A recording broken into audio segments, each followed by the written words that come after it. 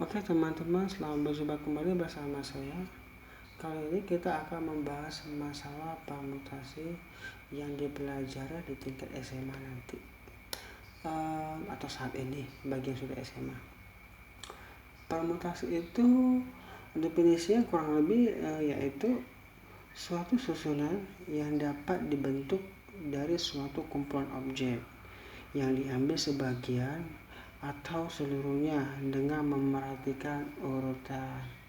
Maksudnya itu dari kumpulan objek itu maksudnya ada kumpulan objek, ada semua 4 kumpulan objek, dan yang mau dibentuk itu 2 orang, mau dibentuk artinya mau dimasukkan ke dalam pintu itu. Nah di sini yang mau dimasukkan ini nggak boleh lebih dari ini ya. Untuk kasus ini 4 boleh, 5 nggak boleh. Kalau 5 caranya beda lagi, itu udah menggunakan aturan kombinasi. Jadi untuk kasus ini kita gunakan yang kurang dari atau sama dengan dari objek yang tersedia. 4 orang boleh, 3 orang boleh, 2 orang dan 1 orang. Untuk 5 orang boleh juga, tapi untuk kasus ini kita yang kurang dari sama dengan dari objek yang ada dulu aja.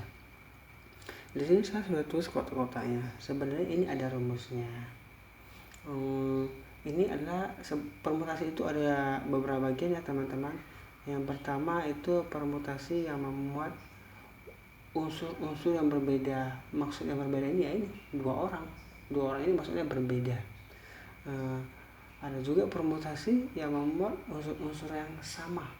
Mungkin perjumpaan yang pertemuan yang akan datang nanti kita akan membahas itu juga. Tapi untuk saat ini kita mempelajari dulu permutasi yang memuat unsur yang berbeda.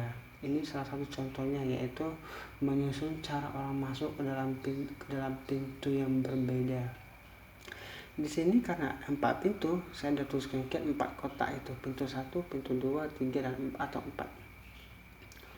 Di sini A bebas boleh ke pintu 1, B boleh ke, kalau jika A pintu 1 maka B bisa ke 2.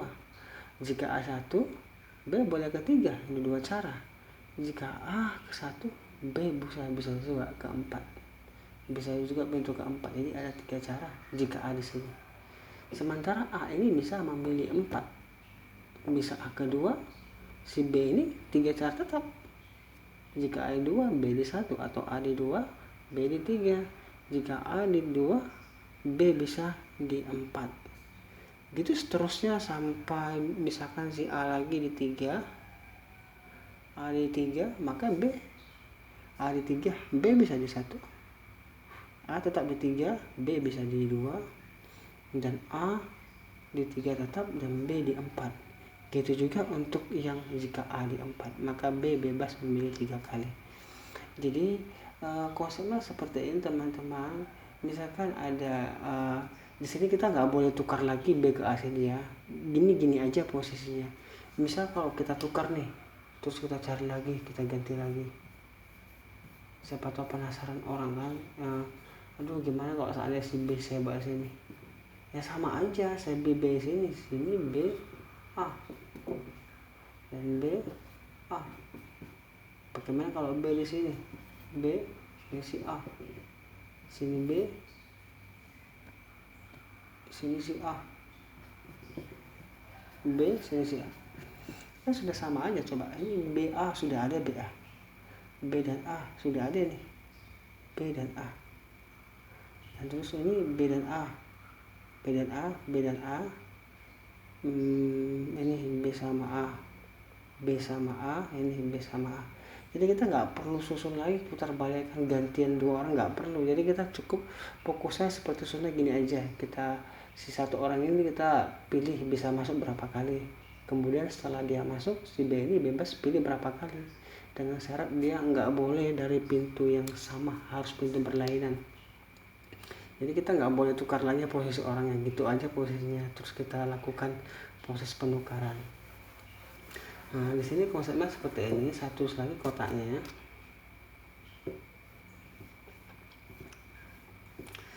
Kan ini ada 2 orang, katakan si A dan si B. Di sini kan misalkan si A milih luar pintunya. Si A ini kan bisa memilih 4 pintu, si orang pertama misalkan. Jadi si B ini sisanya, karena si A misal A pilih sini, maka si B bisa, si A ini bisa pilih 4 cara kan, bisa ke 1, ke 2, ke 3, atau ke 4. Jadi kita tulis si A ini bisa masuk melalui 4 cara, dan si B karena nggak boleh lewat pintu yang sama, setelah si A ke sini maka si B bisa memilih 3 cara, boleh kemari atau kemari atau kemari. Berarti si B bisa memilih 3 cara. Jadi banyak cara seluruhnya, yaitu 4 kali 3 cara, harus dikali semua ya, karena itu ada, kalau kita pelajari kaidah pencacahan, jika A dapat menempati posisi N1 cara dan si B dapat menempati posisi N2 cara, maka banyak cara seluruhnya, yaitu N1 kali N2. Itu sebenarnya ada aturan lagi, ada caranya di kaidah pencacahan sebelum masalah ini. Nah, nanti kalau sempat kita akan bahas itu di video-video yang akan datang. Jadi cara seperti itu teman-teman. Jadi coba kita perhatikan kembali. Nah, coba si A kan bisa milih 4 cara nih. Bisa ke sini 1 cara, bisa kemari, dan bisa kemari. Begitu juga si B. Memang kadang-kadang agak susah dipahami, tapi ingat aja teman-teman, dia pakai rumusnya yaitu P. Nah, di sini kadang-kadang itu seperti ini. Ini rumusnya. N ini unsur yang tersedia, ya ini 4 yang tersedia. K ini unsur yang mau kita susun ke dalamnya. Yang kita mau kita susun itu 2 orang itu. Jadi rumus ini sama dengan N faktorial per harus dikurangi. Jadi untuk contoh ini, unsur yang ada itu yang tersedia ada 4, saya tulis 4. Dan yang mau saya susun itu 2, berarti K-nya 2. Berarti 4 faktorial per 4 kurang 2 faktorial. Faktorial teman-teman saya anggap sudah tahu ya. Faktorial itu misal gini, 4 faktorial itu kalau saya tulis perkalian 4 kali 3 kali 2 kali 1. Jadi perkalian semua bilangan bulat kurang dari 4 sampai 1. Nah, sampai 1 gini. 4 kurang 2 faktorial. Nah, 2 faktorial itu kan saya kalikan sampai 1. Nah, ini habis, tinggal 4 kali 3. Nah, ini sama konsepnya 4 kali 3. Inilah konsepnya, rumusnya. Si A bisa pilih 4 cara, terus sisanya si B pilih 3 cara. Ini nampak tidak adil, kok si A 4, si B 3. Bukan seperti itu maksudnya teman-teman, itu cuma cara mencarinya aja. Karena kenyataannya sama aja. Si A ini 3, dia di ruang 1 ada 3 kali, dan si B juga ada 3 kali juga kan. Nampaknya macam nggak adil, kok si A 4 kali, si B 3 kali sih, kok bisa kayak gitu. Ini terlihat nggak adil, sebenarnya adil. Coba si A ini cuma bisa 3 kali di ruang 1, si B juga 3 kali, iya kan. Dan si A juga bisa 3 kali di ruang 2, si B pun 3 kali, dan semua kayak gitu. Jadi maksudnya di sini si A dapat milih 4 kali, itu caranya aja untuk mengetahui banyak keseluruhan cara yang mungkin. Memang makanya seperti tidak tak adil ya, kok si A 4 kali, si B 3 kali. Itu caranya aja, tapi sebenarnya itu udah adil, udah ada semua aturannya. Jadi kayak gitu teman-teman caranya. Jadi jadi kalau ada soal banyak susunan di kursi panjang, itu sama caranya menggunakan permutasi. Itu belum melihat syarat yang lain-lain ya, itu untuk yang dasar aja. Jadi gitu caranya teman-teman. Ingat sekali lagi, ini N itu maksudnya unsur yang ada. Kalau pintu mau dimasuki berarti dia ada 4 pintu, 2 orang yang mau dimasukkan berarti K-nya 2. Misalkan ada 4 bangku memanjang, ada misal kata 5 bangku memanjang, terus ada 3 orang bersusun, berarti M-nya 5, K-nya 3. Nah seperti itu kurang lebih teman-teman. Saya harap dapat dipahami ya teman-teman, caranya seperti itu, kurang lebih cara seperti itu ya. Jadi saya coba kasih satu contoh lagi nih. Ini saya hapus dulu.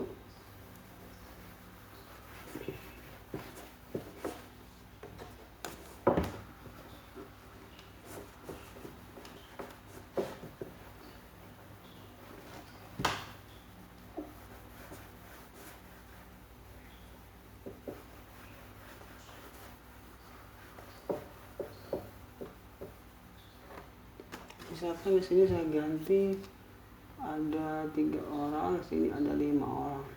Saya tambah di sini ada 5 pintu. Sama. Di sini ada 3 orang. Ya, si A ini kan bebas pilih 5 kali. Ini bukan nampak terlihat tidak adil, tapi adil ya. Ini caranya aja. Si A bisa pilih ini. Misalnya dia duluan ya, berarti si A dapat si A. Ada 3 cara. Setelah si A di sini, maka tinggal si B. Dia nggak boleh pilih sini, karena si A udah di sini. Si B tinggal 4 cara, ke sini boleh, sini. Jadi si B itu ada, ini 5 cara ya. Nah, si B itu 4 cara.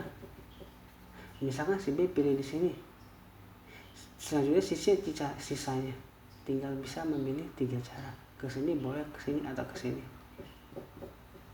Jadi cara seluruhnya yaitu 5 kali 4 kali 3 cara. Itu hasilnya 60 cara. Nah jika menggunakan permutasi sama aja hasilnya, rumusnya itu ya ini. Nah coba berapa pintu yang tersedia, semua ada 5 ya, terus 5 yang mau kita susun 3 orang ke dalamnya, berarti ada 3. Jadi 5 faktorial per 5 kurang 3 faktorial. 5 faktorial itu 5 kali 4 kali 3 kali 2 kali 1. 5 kurang 3 jadi 2 faktorial. 2 faktorial itu saya tulis dulu biar ngerti.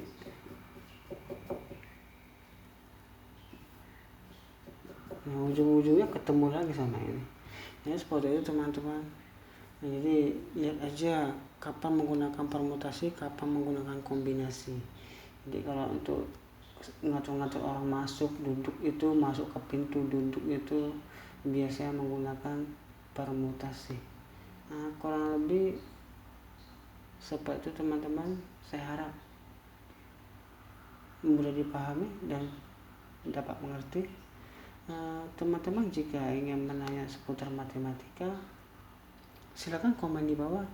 Mudah-mudahan saya bisa membahasnya dan menjawabnya. Jangan lupa juga teman-temannya untuk mendukung channel ini supaya tetap berkembang. Oke, sekian dulu perjumpaan kita. Salam, terima kasih.